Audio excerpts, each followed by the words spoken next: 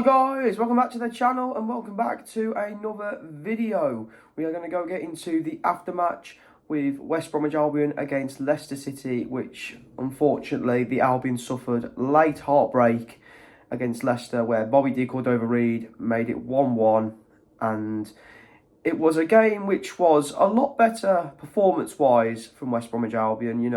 The passing was a lot quicker. The chance creating, stepped up a notch. And one thing that really let us down, especially in the second half, was we weren't able to take our chances. Isaac Price had a good chance, but yet again, the ball was bouncing, so it was difficult. But the only option for him was to shoot, as there were Leicester bodies on him. Josh Maja, first of all, oh my goodness, how on earth he did not score from the save from Leicester City's keeper was beyond me. It was a good free kick, by the way, from Jed Wallace. He beat the Leicester wall, and it was a good save by Leicester's keeper.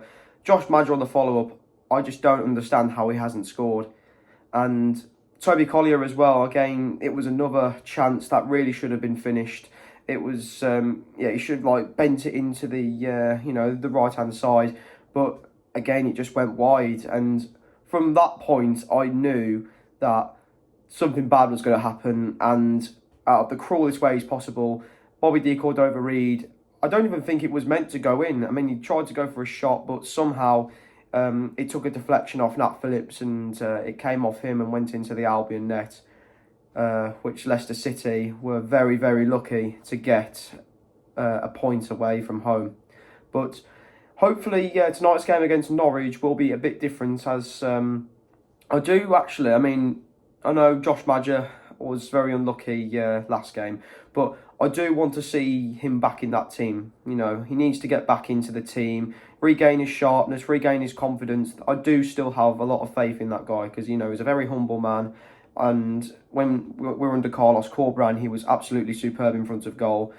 But he needs to regain his sharpness and confidence. So hopefully, I'll probably assume obviously Hegerberg will be starting. But maybe if Ryan Mason does a tactical change before the game, where Hegerberg and Maja could start up front tonight. Or maybe Maja comes off the bench and, can produce maybe some chances. It would be very good. But, how Leicester were able to get a point was beyond me.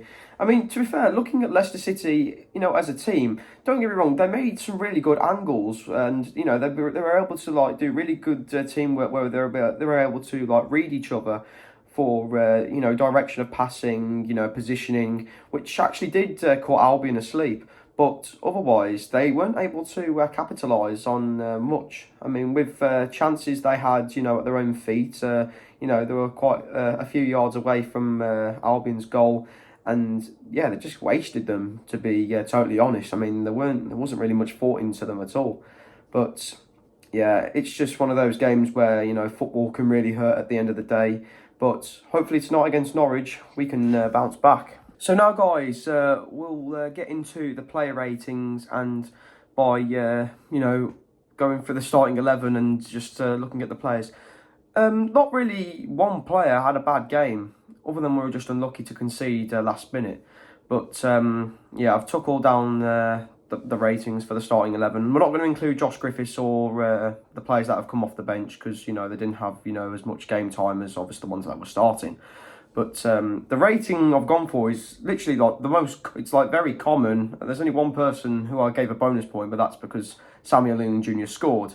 But to start off with the back line, George Campbell, Nat Phillips, Chris Mepham and Charlie Taylor, they all get a 7 out of 10. George Campbell will start off with first. When we played Middlesbrough, and after Torborn Hegem departed, it was, obviously going to be difficult. And also Darnell Furlong as well, because George Campbell can play right back. And the one thing that I do miss about Furlong is it's the speed. But he can be good going forward, George Campbell. But when it comes back to going back, it wasn't really looking the best. But again, that was against Middlesbrough. Against Leicester, though, he was he was a little bit more quicker and a bit more disciplined as well. He was able to win the ball back, get the ball forward. And yeah, that's again what we do really want to see. I do still want to see Alfie Gilchrist have a chance though. I really do. Yeah, I want to see what he can do at right back, because that is his proper position. George Campbell is usually best at centre back, but yeah, I don't know what Ryan Mason thinks of Alfie Gilchrist yet, if he's ready or not, or if does he fancy him. I don't know, but yeah, George Campbell, he did have a decent game, and yeah, I couldn't really ask for much more. But yeah, the two centre backs, Nat Phillips and Chris Meppen, yeah, looked really, really good defensively. When Albion were playing out from the back as well, there was really good control and link-up play from the back line with Meppen, Phillips, Campbell and Charlie Taylor. Yeah, those two are really, really good, just being able to intercept, win the ball, get the ball forward. Again, just doing what, the defenders usually do. And again, that as Albion fans, and obviously with football fans with their backline, that's all we can ask for. Charlie Taylor as well, he was able to get his first West Bromwich Albion start, and to be honest, not bad at all, Yeah, he had really good control of the ball. He does like to hoof the ball forward, and on occasions, yeah, he was able to find, Albion players in the midfield, and that was able to get a spark going to go forward and take it down to the wings and try and put a ball into the box. Again, that's pretty good. He's able to fight, be able to pass like that, and get the ball rolling for West Bromwich Albion to get that spark on creating chances and getting the ball forward a little bit quicker and a bit more, and with accuracy as well. But yeah, the back line: George Campbell, Nat Phillips, Chris Meppen and Charlie Taylor both get a 7 out of 7. Let's move on to the midfielders. Right, guys, moving on to the midfielders. Looking at the midfielders again, the common number, everyone apart from Samuel Illing Jr., because Samuel Illing Jr. I will give a bonus point to, because he scored an absolute superb goal that was set up by Una Hegibo, and yeah, it was absolutely superb. I mean, that's what we want more from players, though.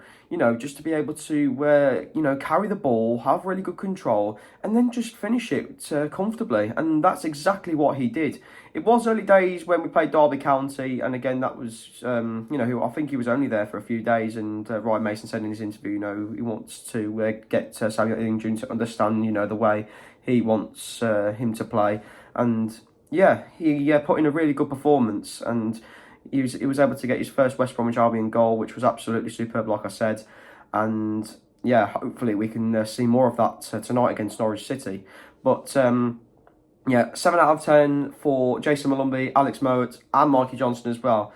I was tempted to put Mikey Johnston at an 8 as well, but yeah, I can be a bit daft when it comes down to that, because I'm just giving Samuel Illing Jr. a bonus point for scoring, which Mikey Johnston didn't. But still, though, the work effort from Mikey Johnston again was really, really good. We really ran his socks off. He was quick.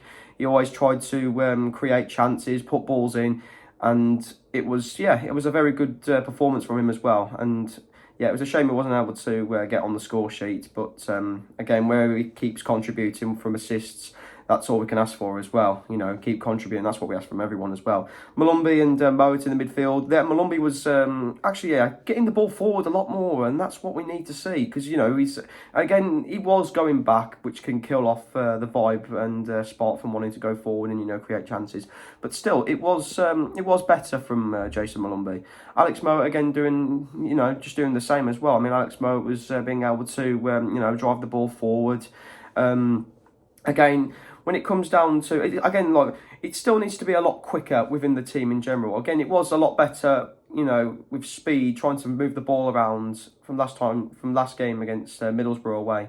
But hopefully we can see that more tonight. Hopefully where it can get a bit more quicker and clinical, and hopefully the chances from the midfield, either to Hegibo or Samuel Illing Jr. or Mikey Johnston, can come a bit more quicker and frequently. But again, we'll have to see what happens later tonight. But without further ado, guys, let's move on to the strike partners. Right, guys, moving on to the strike force. I looked on Google as well. I did not realise that Isaac Price was playing alongside Uni Hegibo, which was bizarre, to be quite honest, because Isaac Price isn't a striker. but that doesn't change the player ratings, as both those two players get a 7 out of 10. Uni Higbo, though, again, just doing what he usually does, really strong on the ball, contributed to Samuel Ling Jr.'s goal, absolute amazing pass to set him forward and score absolutely beautifully. Isaac Price as well, again, not really much I can say about him really, where he had that chance in the second half, which was difficult to take, which went into the Leicester City keeper's hands.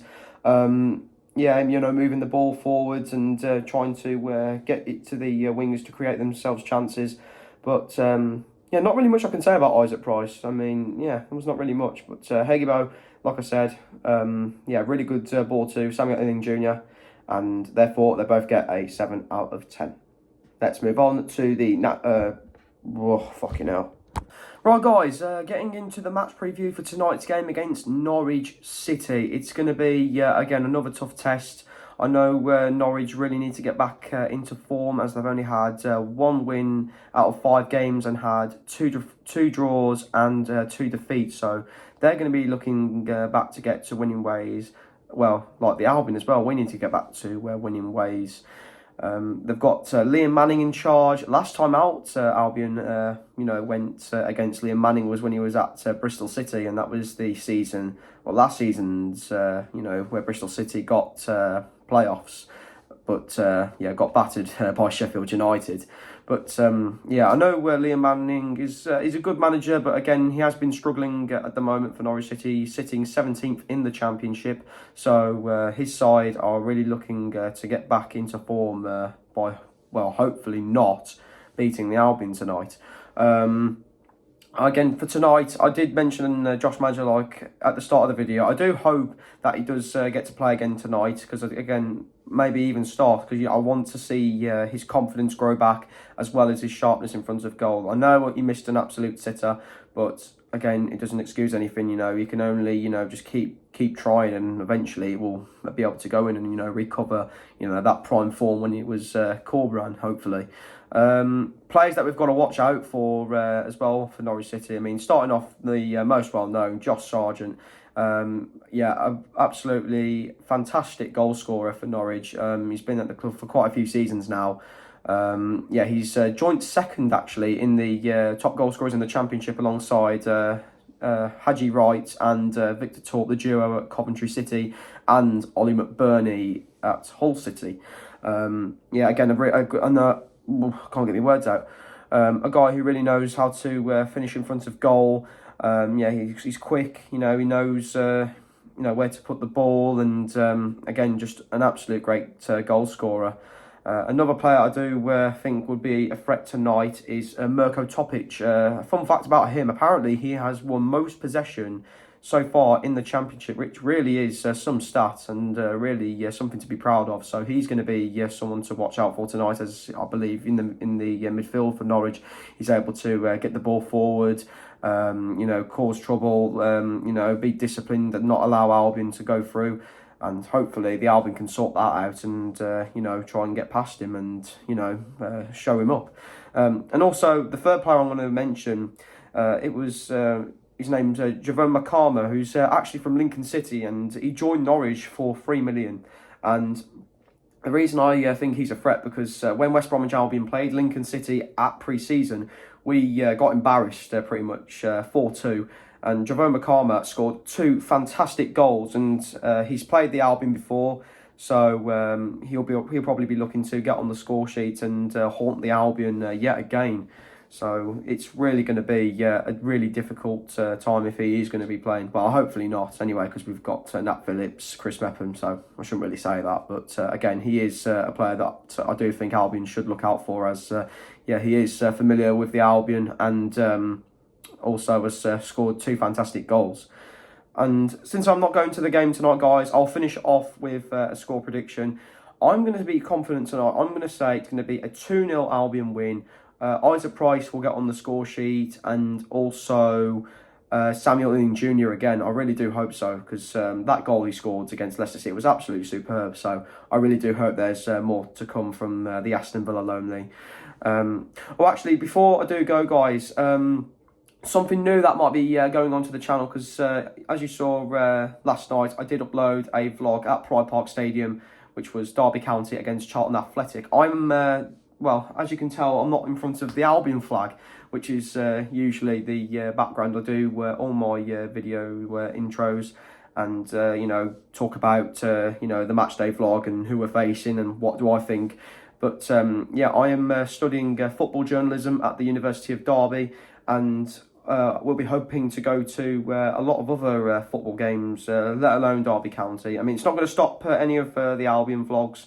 I'm always going to be consistently going back to, back home to go watch West Bromwich Albion and do the football vlogs for you guys. But also, again, it's just something new to do as well. And, again, when it comes down to aspirations for doing this course, I love going to the away days, as I would say they're the most exciting part, being a football fan, to be honest. Because I've only completed 27 football stadiums on the road. But hopefully doing this course, I can hope to see more and hopefully provide you guys with a lot of more interesting content and, record some incredible moments, let alone with the Albion, but also with quite a few other teams as well. So, yeah, just stay tuned for all those sort of videos, guys, because that will be something new to come on this channel. And, yeah, hopefully it'll be a really good experience, and hopefully get quite a few more football fans, engaging with the channel. And, yeah, hopefully you can get the channel to grow a bit more. And yeah, make myself, grow as a person. And yeah, I think it'll be a really fun experience. So we've got 3 years of this, and again, I'm looking forward to what the future lies ahead. So there we go, guys. That is the aftermatch, the match preview, and also that little bit of context about Derby County versus Charlton Athletic. Like, comment, subscribe, do whatever you want, and I will see you for the aftermatch against Norwich City. Wait, did I say, please tell me I said Norwich City. City, not the other word. But, yeah, come on you baggies, and I'll see you guys later.